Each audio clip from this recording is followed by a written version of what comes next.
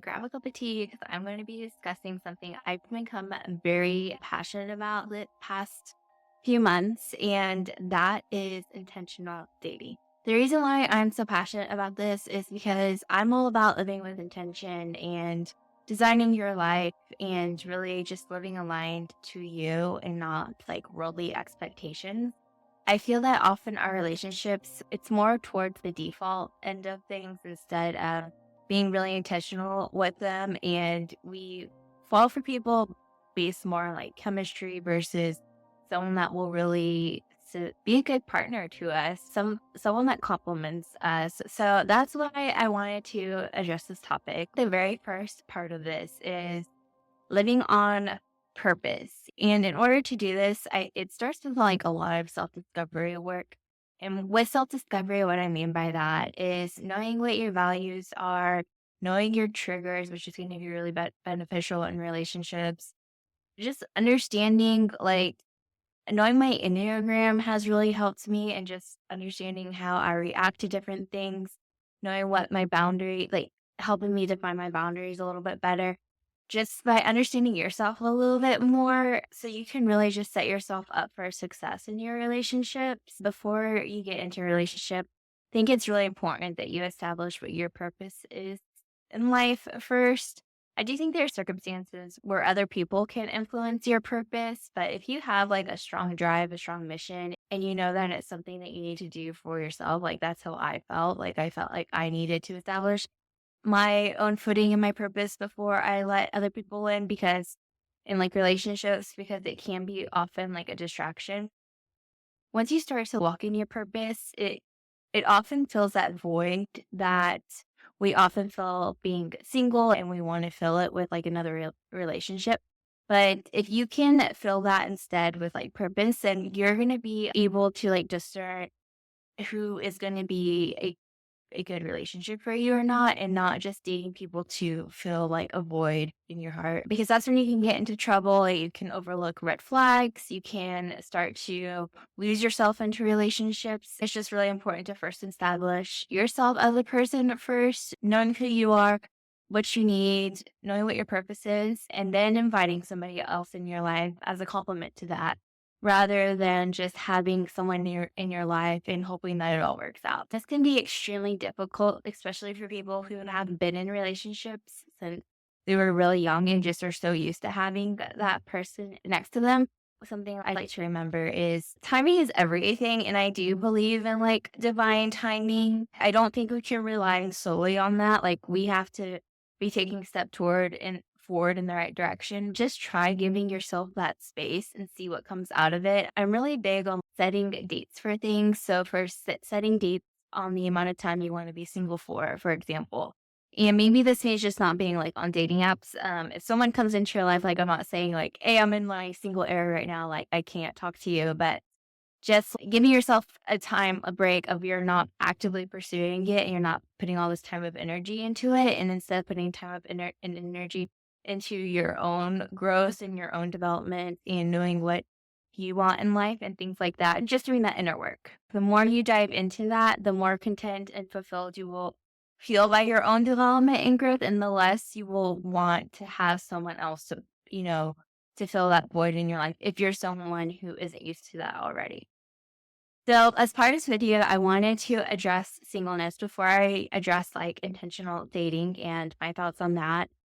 It's going to have to take a very specific person to pull me out of the phase of life I'm in, because I do thoroughly enjoy like my own space and doing my own things on my own time and not having, it's a lot of work to be in a committed relationship and to account for somebody else and the way you live life. If you're not there yet, where you've hit like flow state in your singleness, where you're just like really building and growing and developing, I would encourage you to start doing that before finding somebody, because the whole point of this is you want to have someone in your life that is going to be really good for you. And you can't do that if you're struggling to fill your own void. You can't be intentional with your relationships if you aren't happy where you are in life now, because you're just going to find the first person you click with, the first person you find chemistry with. Like it's really important to do all this work so you can just discern a lot better if who's going to be right and wrong for you. embracing your singleness can start with filling your time with activities that you did with a partner and maybe trying it on your own and seeing how it feels. Trying new things that you wouldn't have with a partner is like super, super beneficial. Like I pursued a lot of hobbies that I didn't do with him because I put so much time in spending time with him. For me, it was like tennis and dance and like photography and things like that. Also, like solo travel was really big for me and like this phase of life. So just finding that can be like the first step is just finding those things on top of like establishing what your purpose is and working towards that. If you like your dreams, like what do you dream about? What do you want to create on your own? And just doing those things to really help establish like contentment and fulfillment in your life without somebody else is like the ultimate goal. So now we'll get into some of the more intentional dating things. This is advice I heard and I just really like thought it was really good. Becoming wife material before becoming a wife, which is so odd, like saying out loud, even that word when you're like deep in the space of singleness. But I want to share like what that actually means. And I'm going to bring it from like the Christian perspective, like what the Bible says about it. I think it's true no matter what your religious beliefs are, but that's basically the proper Proverbs 31 woman, as they call it. And that is acting with integrity, wisdom, and a strong ethic and honoring like your family. Essentially is what it comes down to. I want to break that down, what each of those means in a tangible way. So integrity, it basically, I mean, we have an idea what it means, but it's doing the right thing when it's hard. And self-discipline comes to mind when I think of this. And one of the things that I've been really into lately is like making and sticking to my commitments to myself. So each week, as part of like my weekly reflection, I'll make my commitments. Like, what am I committed to this week?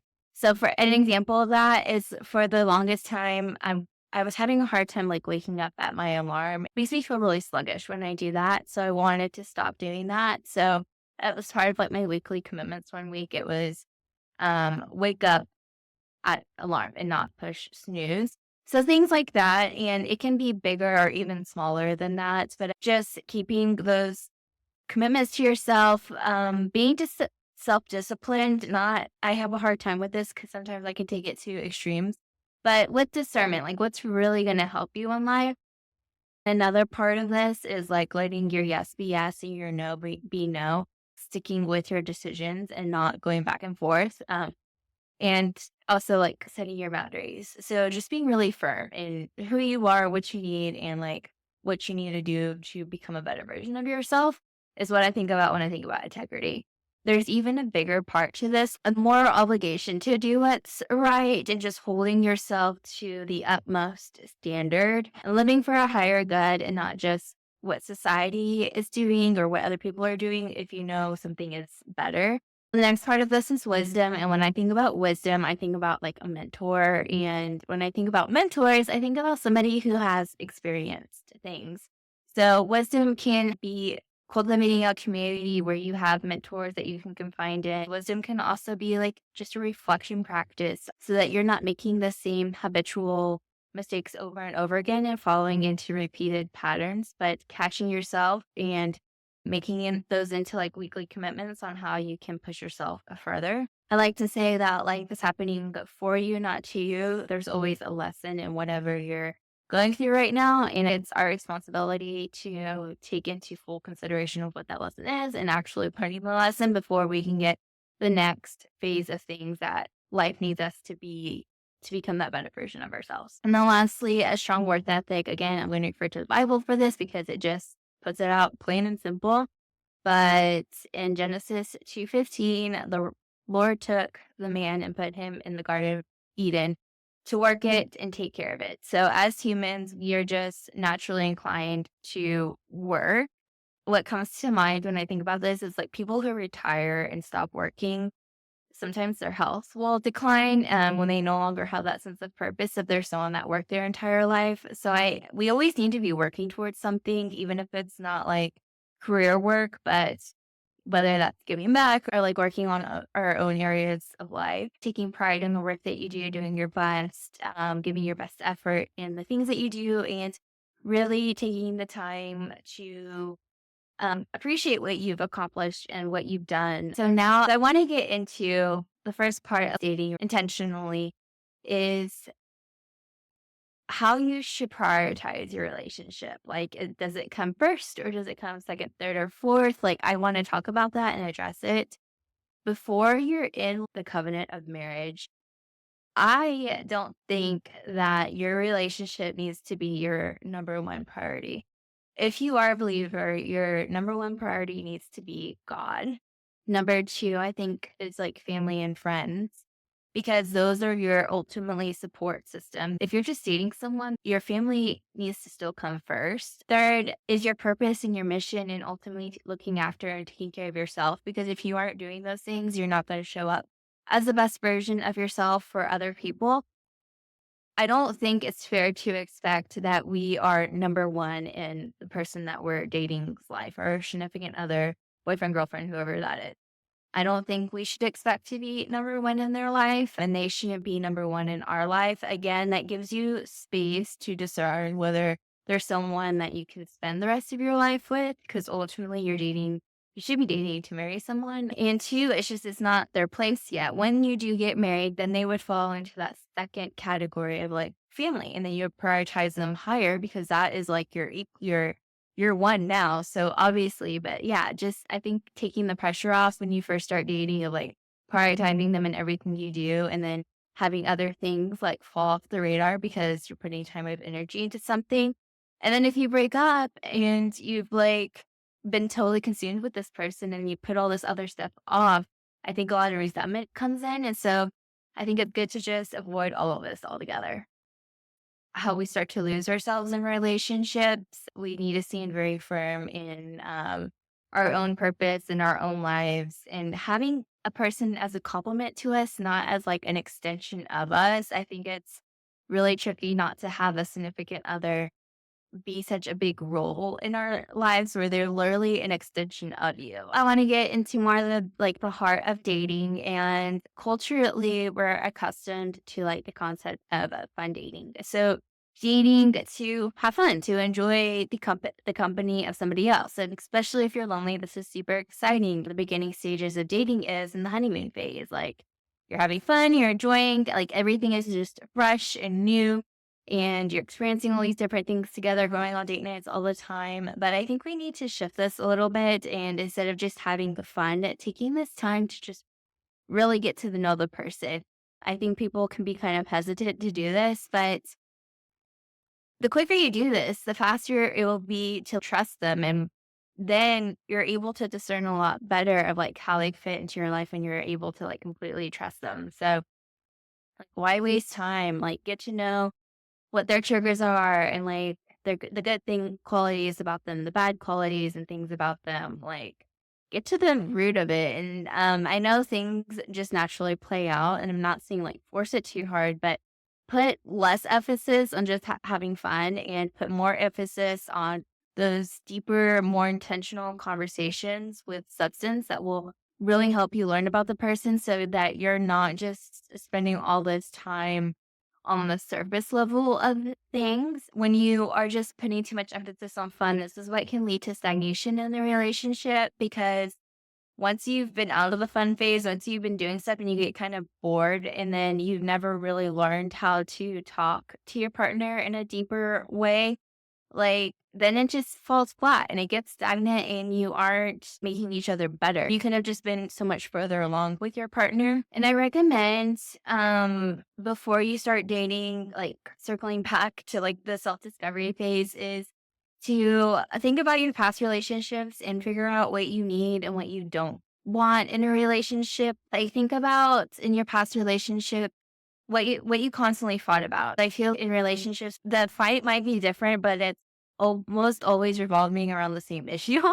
So taking some time to really think about your past relationships, what were the issues that were constantly coming up? What were your triggers in the relationships? What was lacking for you in the relationships? And then also what was good for you in those relationships. Take note of that, journal about it, do some reflection on it. So that way you can look for those qualities. I want to talk about like building a friendship first as your foundation for your relationship. And I I want to emphasize this because if we think of our significant other as an extension of us, then we're going to be a lot more judgmental to the things that they do. Think about your friendships and how you really accept your friendships for the people that they are, and you're not necessarily looking to change them. You are more just appreciative of who they are as a person. And so applying the same concept to your relationship and your significant other, and that only comes by being friends first. And I think just taking off the pressure of dating per se. Think about all the things that you do with a friend. Like you experience new things together. You'll also have deep like conversations with each other. You confide in each other, ask each other for advice. Like apply those same things to your relationships. If because for me, I wasn't necessarily doing that in my dating relationships. Like I wouldn't be as vulnerable because I was afraid to be judged and like them think that I wasn't the right person or for them or whatever it is. So I would kind of play based on the things I think they would like rather than just being my complete self. So I think that can show up in many different ways. And so that's just an example. I also want to point out that in friendships, you aren't like spending every waking hour together. This comes back to like the priority. In your friendships, you typically have that space. And obviously a significant other, you want to spend more time with them, but don't have that consume your life. I know a lot of people when they're in a relationship first starting out and they're really excited about it, they go all in and like you never see them because they're so immersed in that. And I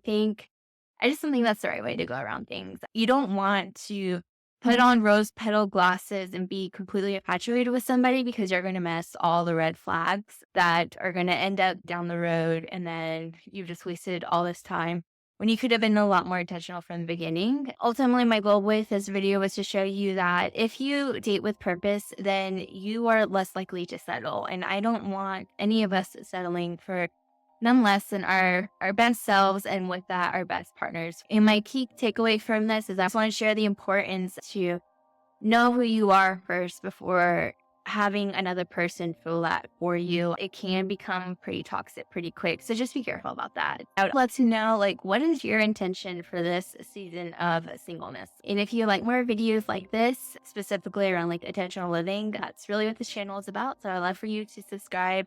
I try to post here weekly. Happy dating.